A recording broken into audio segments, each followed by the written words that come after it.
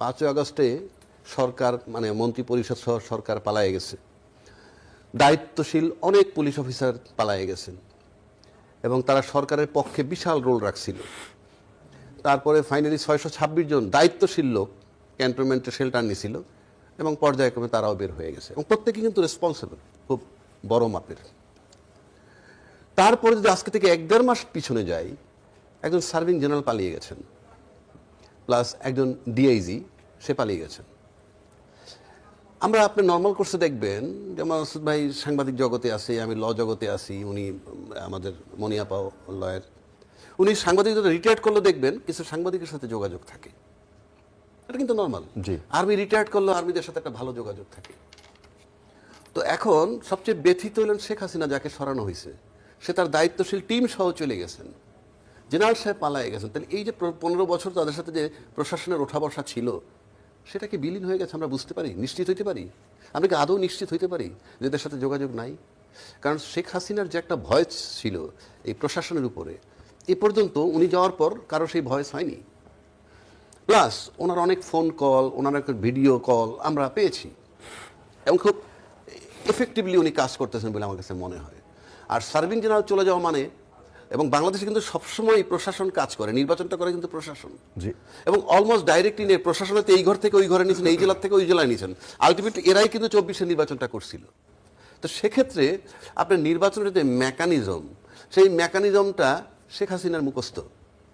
এবং শেখ হাসিনা যদি মনে করে দূর থেকে বসে যে তার প্রশাসনের লোকগুলো তার সাথে আছে বা যোগাযোগ থাকতে পারে, অস্বাভাবিক কিছু না, সেটা তো ঝুঁকিপূর্ণ আছে, কিছু ঝুঁকি আছে।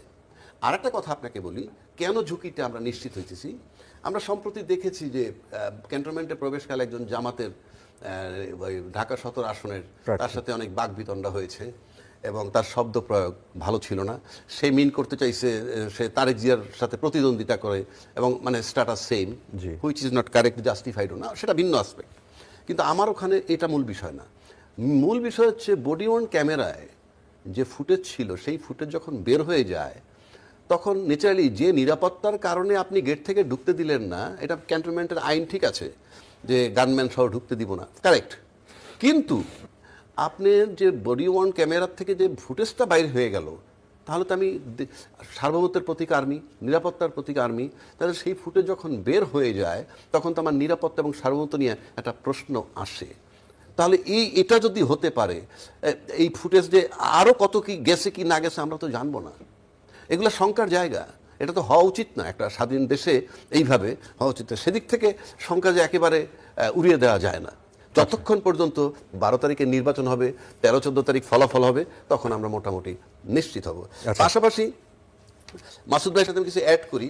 এই যে আপনার নবম পে স্কেলটা, এই যে নবম পে স্কেলটা গভর্নমেন্ট করলেন, উদ্দেশ্যটা কি? যে ইউনূস সাহেবের প্রতি তারা যেহেতু নব পে স্কেল দিচ্ছে, উনি দিয়ে যাক, পরবর্তী সরকার দিবে কি দিবে না তার গ্যারান্টি নাই। আবার এটা একটা হিউজ বাজেট কিন্তু, তাই না মাসুদ ভাই? বিশাল বাজেট যেটা করছে, এটা কিন্তু একটা বিরাট অর্থনৈতিক যোগান লাগবে। এটা কোত্থেকে দিবে আমরা ঠিক জানি না। তো সব কিছু মিলে একটা পরিস্থিতি ঘোলাটে হতে পারে। আবার যদি হাদি হত্যার দিকে আমি আসি, আপনি এদিকে ছোট্ট করে বলবেন যে এটা কি তাদেরকে প্রশাসন ক্যাডারের যারা আছেন তাদেরকে মোটামুটি বাধ্য করছেন চাপে পড়ে যে আপনারা একটা ঘোষণা অন্তত দিয়ে যান? না, এখানে তো আমার কাছে মনে হয় না যে ইউনূস সাহেব এখন খুব চাপে থাকবেন। তো 12, 13, 14, 15 তারিখের মধ্যে চলেই যাবেন। চলে যেহেতু যাবেন, আমার কাছে তো মনে হয় না এটা একেবারে চাপের মুখে সে করে যেতে হবে। যদি করে যান, একটা প্রজ্ঞাপন জারিটা যদি করে যান এবং এটার বাস্তবায়ন করে যান, সে তো করে চলে যাবেন। কিন্তু পরবর্তী সরকার এটা কিভাবে ফেস করবে? কারণ প্রশাসন এমন একটা জায়গা, বাংলাদেশ কিন্তু মিডিয়া, আমলা এবং ব্যবসায়ী অলিগার্ক, এই 3 শ্রেণীর কাছে রাজনীতিবিদরা জিম্মি। যেদিন দায়িত্ব নিয়েছিল কেউ কিন্তু তখন মেয়াদ তারা ঠিক করে দেয়নি, কাজও ঠিক করে দেয়নি। সাংবাদিকরা সবাই তাকে জিজ্ঞেস করেছিল, সেটি বলছি। সাংবাদিক জিজ্ঞেস করুক পরে, কিন্তু রাজনীতিবিদ তো ছিলেন যারা দায়িত্বটা তখন তারা বলতে পারতেন। যেমন আমরা দেখছি নেপালের ব্যাপারে কি হয়েছে, একই ওই দিনই যেদিন টেক ওভার করছে ঠিক সেদিনই নির্বাচনের ডেটটা দিছে। আমরা সেটা পারিনি। কেন পারিনি সে আলোচনা করে লাভ নেই, সেটা পিছের ইতিহাস। আমরা পারি নাই। 2 নম্বর আসেন এই ইশতেহার নিয়ে, ইশতেহার। আচ্ছা, গণভোটের কথাটা প্রথম বলি। গণভোট মানে আমরা সবাই জানি গণভোট মানে কি, হ্যাঁ বা না দিব। এখন এটা অনেক বিতর্ক আছে, এই ভিতরে 4টে দফা আছে। আমি কোনোটা একমত হতে পারি, কোনোটা দ্বিমত হতে পারি, সেটা ভিন্ন কথা। কিন্তু আলটিমেটলি দিতে হবে উত্তর কি হ্যাঁ অথবা না। হা দিলে সবগুলা হা, না দিলে সবগুলা না, ভাগ করা হয় নাই। এবং এই পর্যন্ত গেছে কেন? সেটাও রাজনৈতিক দলের ব্যর্থতা। কেন ব্যর্থতা? তারা কিন্তু সংস্কার এবং ঐক্যমত্য কমিটির কাছে 8 মাস ধরে গেছেন। ওখান থেকেই পরিপ্রেক্ষিতে যেহেতু ডিসেন্ট আছে, নোট অফ ডিসেন্ট আছে, তাই গণভোটের বিষয়টা আসছে। একদল বলছে যে ইলেকশনের আগে গণভোট হোক, আরেক দল বলছে না, নির্বাচনের দিনে একইভাবে হোক। তো যে দলের প্রভাব বেশি সেই দলেরটা শুনতে বাধ্য হয়েছে। কাজেই এখন নির্বাচন একই দিনে, নির্বাচন এবং গণভোট। এখন আসেন গণভোট। গণভোটের ভিতরে কিছু সংস্কার কিন্তু আমাদের কোনো সংস্কার কিন্তু হয় না 5 আগস্টের পরে। গণভোটটাকে যদি ইফেক্টিভ করা যায় তাইলে ওখানে সংস্কারের কথাগুলো বলা আছে। ওটা যদি কার্যকর না হয় আপনার কোনো সংস্কার হবে না। এখন এই যে গণভোটের বিষয়টা এখানে আছে, সেটা যদি আপনি না করেন, গণভোটটাকে যদি না করেন, আমরা যারা নির্বাচনে যাচ্ছি আমাদের নির্বাচনটাই আইনগতভাবে সিদ্ধ নয়। কোনো সংবিধানের অধীনে আমরা নির্বাচনে যাই নাই। যদি আপনি ভালো করে লক্ষ্য করেন, এবার যে নির্বাচনী তফসিল ঘোষণা করছে সেই নির্বাচন কমিশন বলে নাই বাংলাদেশ সরকারের বাংলাদেশে সংবিধানের এত নম্বর অনুচ্ছেদ মোতাবেক আমি নির্বাচনী ইশতেহার ঘোষণা করছি, নাই। উনি নির্বাচনী ইশতেহার ঘোষণা করছেন, শুধু এই কথাটুকু আছে। আপনি কারণ যদি আপনি ওই সংবিধান মোতাবেক যান, তাহলে যেদিন সরকার পতন হয়েছে, ওত নিচের নতুন সরকার, সেদিন থেকে 3 মাসের মধ্যে নির্বাচন হবার কথা, কোনো কারণে না হইলে আরো 3 মাস। ওইটা হয় নাই, তাহলে আমি উচ্চকক্ষ নিম্নকক্ষ কিসের আলাপ করতেছি? এখন তারপরে আসেন, উনি যেমন মাসুদ ভাই বললেন, এগুলো আমি একমত যে ইশতেহারে সবার কথা ভালো থাকে। একটা লক্ষ্য করেন, আপনি বলবেন দ্বৈত নাগরিকত্ব নিয়ে কিংবা দ্বৈত নাগরিকত্ব সম্পর্কে যে কলাম, সেই কলাম বাকি রেখে এবং ঋণ খেলাপি হইয়া অনেক ক্যান্ডিডেট বাজারে আছে যারা নির্বাচন করতেছে। তা আপনি আমাকে বলেন আমি কি করে আস্থায় রাখবো যিনি নিজে ঋণ খেলাপি, যিনি নিজে দ্বৈত নাগরিকত্বের ঘরটা পূরণ করেন নাই, ওনরা এসে ইশতেহারটাকে বাস্তবায়ন করবেন? এটা কি আমাকে বিশ্বাস করতে হবে? মানে কি কারণে? প্রথম কথা হলো আপনি আবেদন করেন কিভাবে? আপনাকে যদি বলা হয় যে আপনি এই চ্যানেলে আবেদন করবেন, ক্রাইটেরিয়া লেখা আছে কি কি, সেটা যদি ফুলফিল না আপনার না থাকে, আপনি তো আবেদনই করতে পারেন না এবং আবেদনটা রিজেক্ট হয়ে যাবে। সেই আবেদন নিয়ে হাইকোর্ট পর্যন্ত আমার যেতে হবে কেন? 1 2 এটা তো আপনি আবেদনই করতে পারেন না। প্রথম তো আপনি বিবেকটাকে মেরেছেন সেখানে যে আপনি আবেদন করেন কিভাবে। আপনারা তো এখন এই মুহূর্তে প্রভাবশালী ইনফ্লুয়েন্সে আছেন, তাই নির্বাচনটা আপনি করে মানে প্রার্থী হয়ে যাচ্ছেন। কিন্তু এটা কি মঙ্গলজনক? আমি কিভাবে আস্থায় রাখবো? আপনি নিজে যখন ঋণ খেলাপি, নিজে যখন দ্বৈত নাগরিকত্বের ঘরটা পূরণ করেন নাই, আপনার উপরে আমি দেশের দায়িত্ব দিচ্ছি, ভোটটা দিব, আমি গণভবনে থাকবেন, একজন ভোটদাতা ভোট দিয়ে গণভবনের বারান্দা তো দূরের কথা 2 কিলোমিটার দূর থেকে হাঁটতে পারে না, এটাই আমাদের ট্র্যাজেডি। সে কারণে আমি আপনাকে বলছি। আরেকটা কথা বলি, শেষ করে দিচ্ছি, কেন তারা এটা বলে। আপনি ব্যক্তিগতভাবে যদি কোনো প্রতিশ্রুতি দেন এবং ভঙ্গ করেন, আপনার জন্য কিন্তু আমি আদালতে যাব। বাংলাদেশে 53 বছর যাবৎ 2টা তথ্য চলতেছে। নাম্বার 1, রাজনীতিতে শেষ কথা বলতে কিছু নাই। অর্থাৎ আমি প্রতিশ্রুতি দিয়ে দিব, ভাঙলে কিছু আসে যায় না, শেষ কথা বলতে কিছু নাই। 2, রাজনীতিবিদরা যে ইশতেহার দিয়ে ফুলফিল করে না 25%ও, কোনো মামলা হয়? কোনো মামলা হয়? রাজনীতিবিদরা প্রতিশ্রুতি ভঙ্গ করলে কোনো মামলা হয় না। সেটা তাদেরকে কি করতে হয়? ধৈর্যের বাঁধ ভেঙে গেলে 24-এর আন্দোলনের মতো তারাই দিতে হয়। আচ্ছা আচ্ছা, আপনি শুনছিলেন নীলুফার আপা, আপনি এই বিষয়ে কিছু যুক্ত করতে চান? গণভোট নিয়ে মাসুদ কামাল ভাই যেভাবে বলছেন, আপনি কি তার সাথে একমত নাকি? নিজেরা কথা দিয়ে কথা রাখতে পারে না, তারা হা ভোটের পক্ষে ভোট চায় কিভাবে? তারা নিজেরাই তো নেগেটিভ নায়ের ওইখানে গেছে। জামাত ইসলামী একটাই নোট অফ ডিসেন্ট দিয়েছে, সেটা হলো নারীর ক্ষমতায়নের ক্ষেত্রে, নারীকে মনোনয়ন না দেওয়ার ক্ষেত্রে।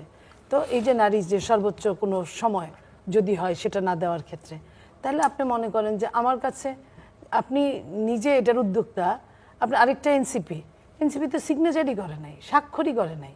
তারা বলছে যে গণভোটে হা ভোট না দিবে সে রাষ্ট্রের বাইরের লোক, সে রাষ্ট্রের শত্রু, ইত্যাদি ইত্যাদি। এনসিপি তো তাও এটা ফুলফিল করার চেষ্টা করছে বোধহয় 5%। আমি বলি তা না, 5% ফুলফিল করার চেষ্টা করতে পারে, কিন্তু আমি বলছি সে তো সিগনেচারই করে নাই। আচ্ছা, গণভোটের যে প্রাথমিক আগে সিগনেচারটা হয়েছিল তারা ওইটাই করে নাই। আমি একটা জিনিসকে মানি, সেটা তো আমারও একটা স্বাক্ষর থাকবে প্রাথমিকভাবে, যেটা আমি স্বাক্ষরই করলাম না সেটা নিয়ে আমি যুদ্ধ করছি। তো এই যে জায়গাটা, এটা হচ্ছে দ্বিচারিতা এটাকে বলে। তো যেটা নিয়ে দ্বিচারিতা আছে 1 নাম্বার। 2 নাম্বার, সরকার যেহেতু হা ভোট এবং না ভোটের ব্যবস্থা করেছে, সরকার নিজে থেকে বলতে পারে না আপনি হা ভোট দিবেন, কেউ না কেউ তো না ভোট দিবে। তো সরকার তাহলে কিন্তু পক্ষপাতিত্ব হয়ে গেল। এই সরকারের কোনো না, তারা তো এই ব্যাখ্যা দিচ্ছে তারা কি ভোট দেওয়ার জন্য। আপনি তো ওইখানেও বলেন নাই যে আপনি আপনার ভোটটা যথাযোগ্য স্থানে দিবেন। নিয়ম কি? আপনি 2টা অপশন রাখলে আপনি কোনো পক্ষ যেতে পারেন না, আপনি সরকার আপনি যেতে পারেন না। কিন্তু এই সরকার গিয়েছে, এটা আমাকে আহত করেছে। আমি যেখানেই ভোট দিই, যেমন ধরেন বিএনপির সম্পর্কে আজে বাজে যা ইচ্ছা তাই বলেছে, বিএনপির প্রথমে নজরুল ইসলাম খান হচ্ছে আমাদের নির্বাচনের চিফ অ্যাডভাইজার, চিফ কোঅর্ডিনেটর। উনি বললেন যে হ্যাঁ আমরা তো হাই ভোট দিব, জি। তারপরেও বিশ্বাস করলেন না, তারপরে আরো কথা বলা শুরু করলেন। তখন মহাসচিব বললেন যে আপনারা হায়ের উপর ভোট দিবেন, তারপরেও যখন আজে বাজে কথা বলা শুরু করলেন তখন কিন্তু আমাদের চেয়ারম্যান সাহেব নিজেই বললেন আপনারা হায়ের পক্ষে ভোট দিবেন। জি। তো এই যে বলাটা, তারপরে বলে আমাদের মাসুদ দিকে কামাল ভয় ভাই পাইছে। যেই পয়েন্টগুলো বললেন, এখানে কি কিছু কনফিউশন আছে না এখনো, যে বিএনপি অনেক ক্ষেত্রে বুঝেই নাই কেন হ্যাঁ বা কেন না? বিএনপি তো ওপেন বলেছে, বিএনপি বুঝার তো এখানে কিছু নাই। আমি আপনাকে বলি যে 4টা অপশন দিয়েছে, সেই 4টা অপশনে আপনি হ্যাঁ অথবা না করতে পারেন না। এক একটা অপশনে এক একটা রকম হবে। আপনার একটা টেবিলে খাবার দিলেন, আপনি মুসলিম দাওয়াত দিচ্ছেন, হিন্দু দাওয়াত দিচ্ছেন, আপনি শুকরের মাংস রাখছেন, গরুর মাংস রাখছেন, আপনি বলেন কারোর জন্যই কি খাওয়াটা বৈধ হবে?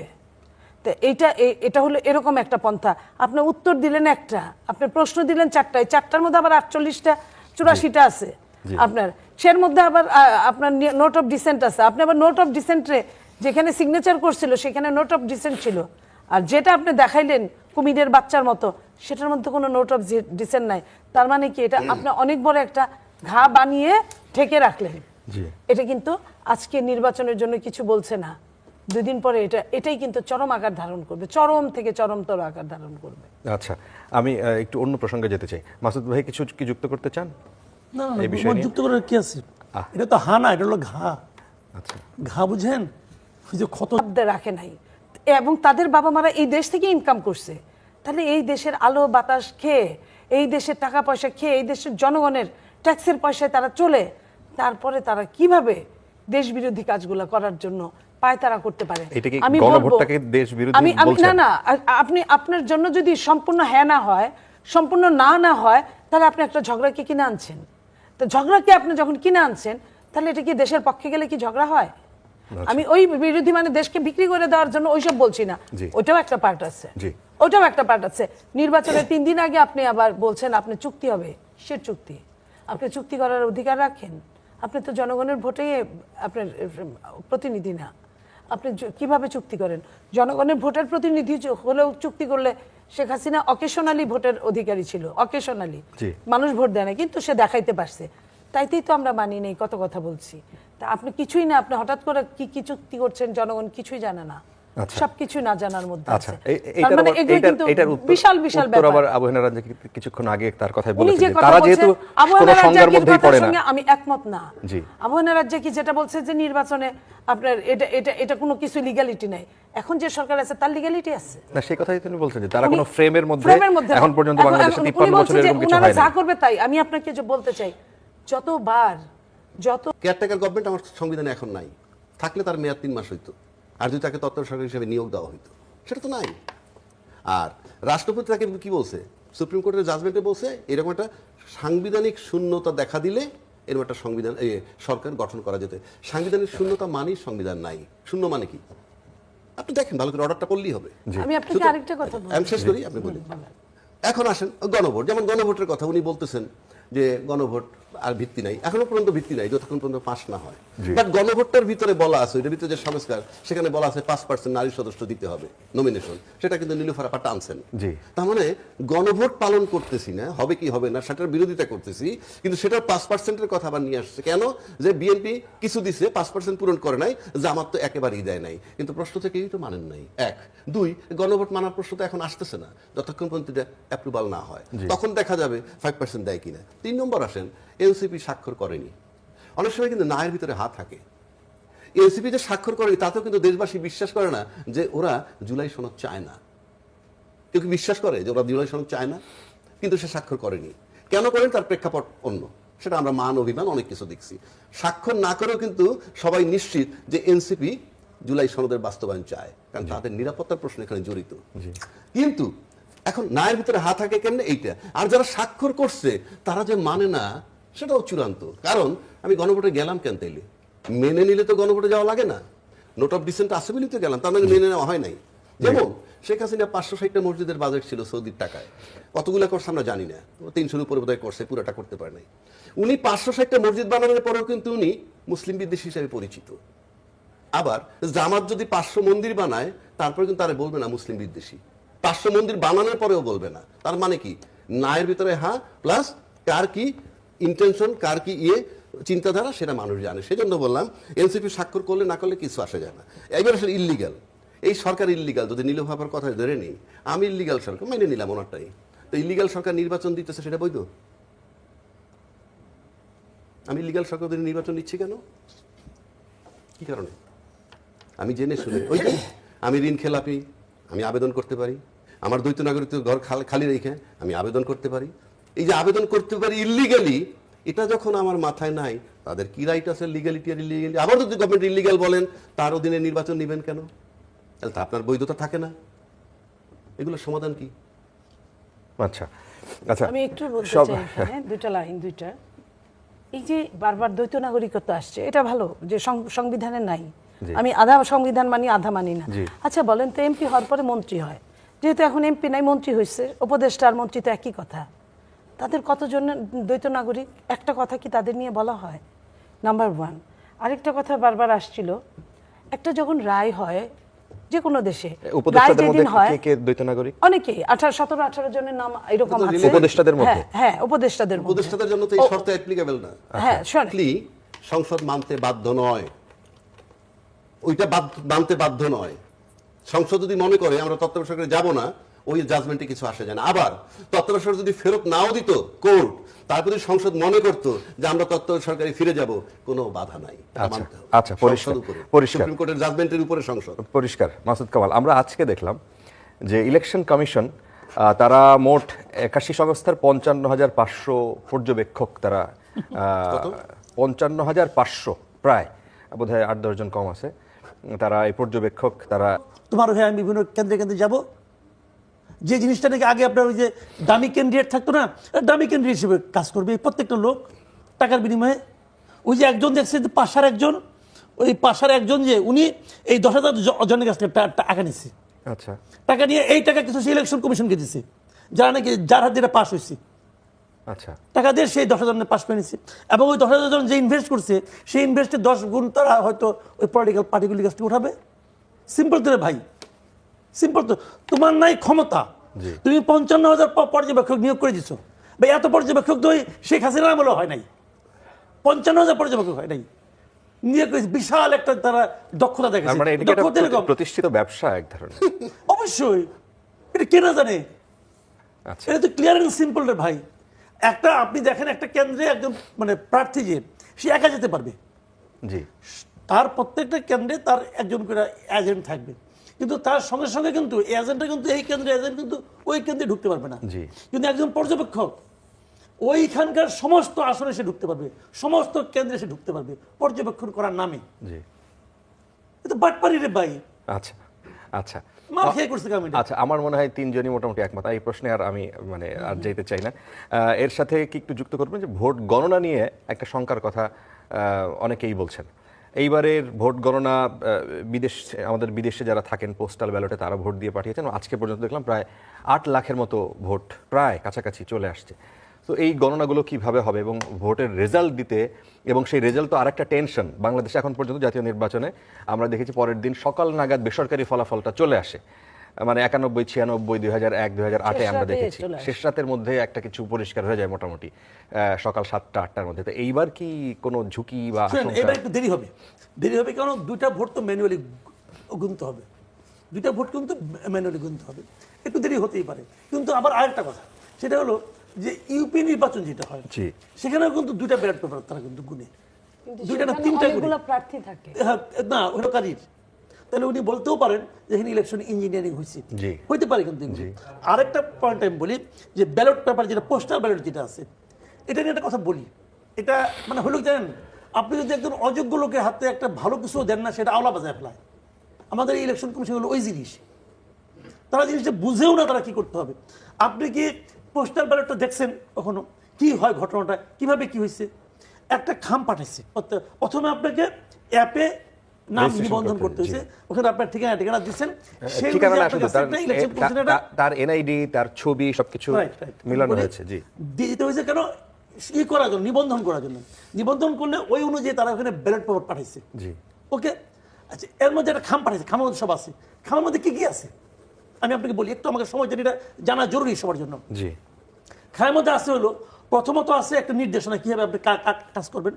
তারপরে আছে একটা ব্যালট পেপার, আমাদের দেশেরগুলি বলতেছি, দেশে যেটা আছে, দেশে তো মনে করেন উনি কোন এলাকার প্রার্থী, সেই ভোটার সেই এলাকায় যারা প্রার্থী আছে তাদের একটা তালিকা আছে, তাদের মানে প্রতীক এবং নাম সহ ব্যালট পেপার পাঠাইছে। ব্যালট পেপারের সঙ্গে আছে একটা হলফনামার মতো, হলফনামা ঠিক মানে আপনার ওটাকে কি বলা হয়, যে উনি নিজে হলফ দিয়ে বলবেন যে আমি সেই ব্যক্তি। তারপরে ওনার নিজের নাম লিখতে হবে, তারপর ওনার স্বাক্ষর দিতে হবে, তারপর ওনার এনআইডি নাম্বারটা ওখানে লিখতে হবে। এটা উনি ভাঁজ করবেন, ভাঁজ করে একটা খামের মধ্যে ঢুকাবেন, মানে উনি যে সেই ব্যক্তিটা। আর দুইটা ব্যালট পেপার আছে, একটা হানা এবং ওইটা, ওই দুইটা ভাঁজ করে এই দুইটা ওই খামটা এবং এইটা সবগুলি মিলে আরেকটা খামে ঢুকাবেন, যে খামে নাকি নির্বাচন কমিশনের কাছে পাঠিয়ে দেবেন। আচ্ছা, নির্বাচন কমিশন খামটা খুলবে, খুইলা ওই যে যেটা মধ্যে তার পরিচয়পত্র আছে ওটাকে আলাদা করে রাখবে, এবং এই ব্যালট পেপারটা আরেকটা খামা যেটা আছে, আরেকটা খামাটা রিটার্নিং অফিসার কাছে সে পাঠিয়ে দেবে। সিস্টেমটা বুঝেন? নির্বাচন কমিশনের সব ঠিকানা আছে, আমি ঠিকানা দেখলাম সে কোনটাতে পাঠাইছে, সে কোনটাতে করছে, টিক চিহ্ন দিচ্ছে, আমি দেখে রাখলাম। এই যে আমি দেখলাম, এটা তো ভোটের গোপনীয়তা থাকবো না। যদি পরবর্তী কোনো গভর্নমেন্ট ধরা যায়, কথার কথা বিএনপি ক্ষমতায় আসলো, বিএনপি এসে বললো যে সরকারি কর্মকর্তার মধ্যে কে কে জামাতকে ভোট দিচ্ছে, তাহলে এটা আমার একটু দেহ তো দেখি। আচ্ছা, এই ভয়ে আমি বললাম কি জানেন, আমার পরিচিত দুই একজন লোক যারা নাকি আর্ম ফোর্সে আছে আর কি, তারা বলতেছে ভাই আমি ভোটই দিব না। এই জিনিস তো অন্য কোনো দেশের সাথে কপি করা, সব দেশেই আছে। ভাই সব দেশ আলাদা দেন, সব দেশে কি ইমাম আছে? সব দেশে কি সব দেশের এই যে যারা কর্মকর্তা, যে কোনো একটা দেশে একজন মন্ত্রী যদি বলে একজন ডিস্ট্রিক্ট কমিশনারকে যে আপনি বেআইনি কাজটা করেন, সে করবে? প্রাইম মিনিস্টার বললেও করবে না, করবে? আমাদের এখানে একজন উপদেষ্টা বলছে, সবাই সুর করে করতেছে, একজন জেলা প্রশাসকের প্রতিবাদ করে নাই, বলে নাই যেটা করা যায় না। এরাই তো রিটার্নিং অফিসার। রিটার্নিং অফিসারকে আর কি ওটা পড়ে নাই? পড়ছে তো। তারা কেউ প্রতিবাদ করলো না কেন, কেউ বললো না কেন যে এটা আপনি করতে পারেন না? কেন তাদেরকে 3 সপ্তাহ অপেক্ষা করতে হলো নির্বাচন কমিশন থেকে সেই প্রজ্ঞাপনটা আসার জন্য? এবং প্রজ্ঞাপনটা দেওয়ার পরেও এখনো কিন্তু আমি মোবাইলে সরকারি গভর্নমেন্ট ইনফরমেশন হিসাবে পাই যে হামারকে ভোট দিন। আমি কালকে পেয়েছি একটা। আচ্ছা, কি বলবেন আপনি? ওই যে বললো না সরকার, উনি সরকার একবারও বলেনি আমরা সাংবিধানিক সরকার, ওনারা বলছেন অন্তর্বর্তীকালীন সরকার। আমি আপনাকে দেখাই যাই, জুলাই ঘোষণাপত্রের 20 নম্বর ধারায় এই সরকার বলছে এটা একটা সাংবিধানিক সরকার। সেটা আসতেছি, পড়েন আপনি এখনই। আমি বলছি কিন্তু ওত নেওয়ার সময় তো বলেন না, এটা পরে আসছে হয়তো। জুলাই সনদে কি বলছে সেটা বলছে, জুলাই সনদ না, জুলাই ঘোষণাপত্র। আরে জুলাই ঘোষণাপত্র, সেটা আমরা বারবার বলছি, এটা কারেকশন করা দরকার। কি জানেন, তাদের কোনো মেয়াদও দেয় না এটার ভিতরে, ওইটার ভিতরে কিন্তু মেয়াদ দেয় নাই, দেওয়া উচিত ছিল। আর যেটা বলছে সাংবিধানিক, ওটা ঢুকাইছে। কারণ কি, এই সরকার নানান চাপে ছিল, অনেক কিছু বাচ্চা ওত নিছে অন্তর্বর্তীকালীন সরকার। দেখেন, আর একটা ওনার সাথে আমি একটা বিষয়ে একমত, এই যে যেটা বললো যে পোস্টাল ভোটার, যেটা এখানে যদি সব ওপেন হয়ে যায়, এটা বাংলাদেশে চলে না। কেন চলে না আমি বলি। আমেরিকায় যদি আপনি সিস্টেমে যান, দেখেন সেখানে লিখতে হয়, আপনি যখন নাগরিকত্বের আবেদন বা কোনো কিছু আবেদন করেন, সেখানে লিখতে হয় যে আপনি কোন দলের সমর্থক, সেটা লিখতে হয়। কিন্তু আমার দেশে আপনি লিখতে পারবেন না, ইউল বি আইডেন্টিফাইড। আবার ওই রকম গণতান্ত্রিক যে ডোনার যারা, এটা ওপেন, যে আমাকে অমুক ব্যবসায়ী এত টাকা দিচ্ছে, তমুক ব্যবসায়ী এত টাকা দিচ্ছে।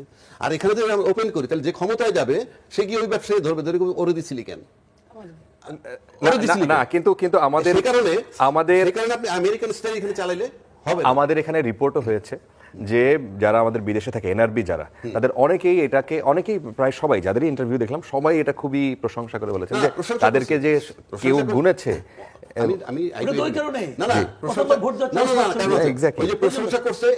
আমি এটা পলিসি ভবিষ্যৎ হয়তো এগুলো সংশোধন করা হবে, যে কিভাবে এখানে সিম্পল একটা জিনিস আসতে পারে, যে আমি অমুক ওয়ার্ডের আন্ডারে আছি, আমি সিলিকন মেরে দিলাম। ভেরিফাইটা সিক্রেট থাকবে, এনআইডিটা সিক্রেট থাকবে, এনআইডি নাম্বার ভেরিফাই করবে তো সেন্ট্রালি, ধরেন কম্পিউটারের মাধ্যমে, সেটা কেউ জানবে না, ওইটা সিক্রেসি মেইনটেইন করবে যাতে এনআইডি নাম্বার লিখতে না হয়। তাহলে এটা ভবিষ্যতে হবে। আর 8 লাখ 10 লাখ ভোট, তাতে 12 কোটি ভোটের মধ্যে আমরা এটা নিয়ে বিতর্ক না করলেও পারি, তবু তো আমরা একটা সিস্টেম শুরু করলাম। জি জি, নীলুফার চৌধুরী, আমরা একদম শেষের দিকে। আমার এই ব্যাপারে ওনারা দুইজন যা বলছে, আমার এই ব্যাপারে কোনো কথা নাই। আমার কথা হচ্ছে যে প্রথমবার একটু গরমিল গোজামিল হতে পারে, কিন্তু গরমিল গোজামিলটা আমি যেটা নিয়ে কথা বলতে চাই সেটা সবচেয়ে দুঃখজনক। অনেকেই বলে আঙ্গুল দিয়ে যে এই ইসি কারো না কারো পকেটে ঢুকে গেছে, কারো না কারো হয়ে কাজ করছে। বুঝায় যে বিএনপির এটা বুঝায় এরকম যে কি যাদের নাগরিকত্ব ডুয়েল নাগরিক, যারা ঋণ খেলাপি, এসব বোঝানোর চেষ্টা করে। কিন্তু এই ইসি যেটা করেছে, যেটা আপনার আলফাবেটীয়ভাবে যে তারা বলেছে যে তারা প্রতীকটা নিয়ন্ত্রিত করেছে, কিন্তু সেখানে অনেক ভুলভাল। প্রথমটাই আনারস, আপেল, আপেলের পরে আনারস, আনারসের পরে আপেল হওয়ার কথা। ঠিক তেমনি আপনার দালান দাড়িপাল্লা, হ্যাঁ, পরেরটা আগে গেছে, আগেরটা পরে গেছে। ধানের শীষকে খুঁজে পাওয়া যাচ্ছে না, ধানের শীষকে খুঁজে না পাওয়ার জন্যই যত রকমের কারসাজি সব করছে। ধানের শীষের মধ্যে সিল দিয়ে যদি ভাঁজ করেন আপনি, তাহলে অন্য ঘরে চলে যায়। এই যে জিনিসগুলো আপনার ধরেন যে অনেকের এইখানে হয়তো বা এনসিপির অভিজ্ঞতা নাই, জামাতের অনেকের অভিজ্ঞতা নাই, বাট ইসিরা তো অনেক সময় সরকারি কাজ করেছে। এই ইসিরা তারা কেন এত বড় ভুলটা করলো? তারা কি জেনে শুনে ভুল করলো? এটা একটা। যতগুলো পোস্টাল ব্যালট পেপার পাওয়া গেল সব কিন্তু একটা একটা নির্দিষ্ট দলের লোকদের বাড়িতে বিদেশে আমরা দেখলাম। কিন্তু তবুও তো মানে অনেকেরই অভিযোগ আপনাদের দিকেই, যে তবুও ইলেকশন কমিশনের সবচেয়ে বেশি প্রিয় মনে হয় না। এই যে আসল জায়গায় যে সমস্যাটা করলো, নকল ওই জায়গায়, ওগুলা যে কোনো সময় আপনারা বিপদে ফেলতে পারে। ওগুলা কেউ বিএনপি বলে নাই যে আমাকে এটা দিয়ে তুমি স্যাক্রিফাইস করো। এটা আরেকটা ষড়যন্ত্রের, এটা আমি মনে করি হাতিয়ার, আরেকটা ষড়যন্ত্রের। কখন কি হয় বলা যায় না। অনেক ধন্যবাদ। তিনটা দলকে যদি আমরা ধরি, তিনটা দল একটা কোনটার কথা বলেন, মানুষ কনফিউজড হবে। আপনি জানেন, সবাই জানে, এটা বলার বোধহয় দরকার পড়ে না এখন আর। তো এখন যেমন ধরেন যে বড় দলরা বাংলাদেশ টেলিভিশনে ভাষণ দিবে, ওই একটা দলও দিবে, সবাই দিবে। তো যাদের অতীতে কিছু না কিছু ছিল যে অভিজ্ঞতা, তারা দিবে। যাদের কোনো অভিজ্ঞতাই নেই তারাও দিচ্ছে। তো যাই হোক, আমি ওটা বলছি না। আমি যেটা বলছি যে নির্বাচনটা যে ষড়যন্ত্রের মধ্যে দিয়ে যাচ্ছে, আজকে প্রতি 3 জন লোক একসাথে হলে 2 জনই জিজ্ঞেস করতে, ভাই নির্বাচনটা কি হচ্ছে? এই যে এত ই প্রত্যয় যোগ করার পরেও কিন্তু এই কথাটা, যত ই প্রত্যয় যোগ হতো ততবার বলতো। আপনি দেখেন মাত্র কয়েকদিন আগে সেনাপ্রধান হঠাৎ করে বলা নাই কওয়া নাই উনি বললেন যে নির্বাচন হতেই হবে এই সময়ের মধ্যে। এটা কিন্তু ওনার সাবজেক্ট না। উনি বলতে পারেন যে নির্বাচনে আমরা যথাসাধ্য আমরা সাপোর্ট দিব, যদিও এর আগে সাপোর্ট আমরা দেখি নাই। সেনা বাহিনীর লোকজন ছিল, কিন্তু সবই কিন্তু নির্লিপ্ত হয়ে আকাশের দিকে চোখ দিয়ে তাকিয়েছিল। তো সেটা বলতে পারতেন, সেটা না বলে বললেন যে হতেই হবে। এই হতেই হবে জিনিসগুলো যখন আসে তখন একটুখানি আমরা একটু কনফিউশনে পড়ি। এবং এই মুহূর্তে যেটা বলা হচ্ছিল যে নির্বাচনের আগে বড় ঘটনা ঘটতে পারে, এটা কিন্তু যেমন তেমন লোক বলে নাই। খোদ প্রধান উপদেষ্টা বলেছিলেন যে নির্বাচনের আগে বড় ধরনের ঘটনা ঘটতে পারে। আজকে হঠাৎ করে এটা কিন্তু কোনো প্ল্যানের মধ্যে নাই যে এই আজকে এরকম একটা আন্দোলন হবে। এই আন্দোলন কিন্তু আরো 10-15 দিন আগে আপনার স্থিমিত হয়ে গেছে। স্থিমিত আন্দোলনটা হঠাৎ করে এই সরকার, যে সরকার, যেটা রাজ্জাকি সাহেব বললেন, যে সরকার আছে আর 2-3 দিন, সেই সরকারের কাছে চাওয়ার কি আছে তাদের? আর সেই সরকারই বাকি যে আপনার এই নবম পে স্কেলের কথা উনি বলে যান। এটা একটা আগুন ধরিয়ে গেলেন না, যে দেশের লক্ষ লক্ষ হাজার কোটি টাকা দেনার দায়ে ভুগছে, যে দেশে এখন পর্যন্ত মানুষ 2 বেলা 2 মুঠো খাওয়ার নিশ্চয়তা দিতে পারছে না, কোটির ঘরে মানুষ বেকারের সমস্যায় ভুগছে। এর মধ্যে একটা শ্রেণী সরকারি কর্মচারী কয়জন? আপনি বোঝেন এই খরচটা বাড়ানো মানে কি? প্রাইভেটে আরেকটা চাপ পড়বে, জিনিসপত্রের দামে আরেকটা চাপ পড়বে, স্কুল কলেজ মাদ্রাসা থেকে শুরু করে সমস্ত জায়গায় আরেকবার দাম বাড়ানোর হিড়িক পড়বে।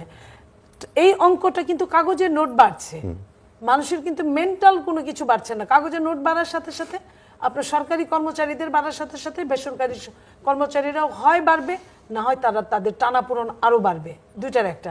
এটা সরকার কেন করলেন আমার বোধগম্য না, একটা অনির্বাচিত সরকার। সেইখানে আর হাদি হত্যা, আমি হাদির ব্যাপারে আমি অনেক সচেতন। আমি চাই এটার বিচার হোক এবং চুলচেরা বিচার হোক, আমি চাই। কিন্তু একটা বিচার করতে তো একটা সময়ের দরকার।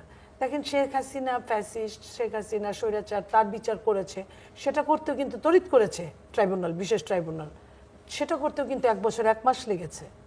তো হাদির বিচার করতে গিয়ে আবার সরকার যেটা করলেন, যে সময়টা সরকারের হাতে কোনো ক্ষমতা থাকে না, আপনি খেয়াল করেন, সরকার এখন যখন ইসির কাছে চলে যাবে, আপনার তফসিল ঘোষণা হওয়ার পরে সরকার কিন্তু কোনো কাজ করতে পারে না।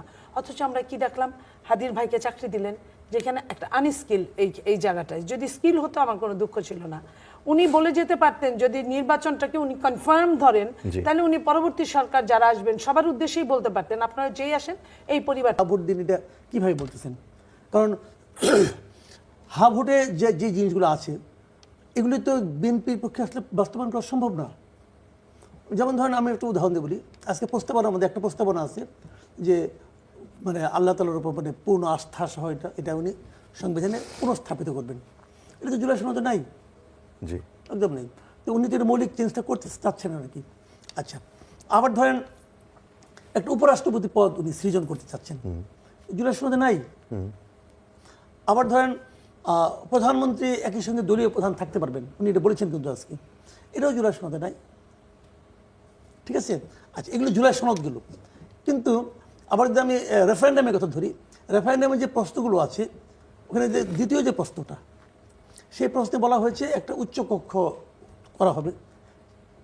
এটা উচ্চকক্ষের ব্যাপারটা আপনার বিএনপির 31 দফায় আছে, কিন্তু আবার বলছে উচ্চকক্ষ যে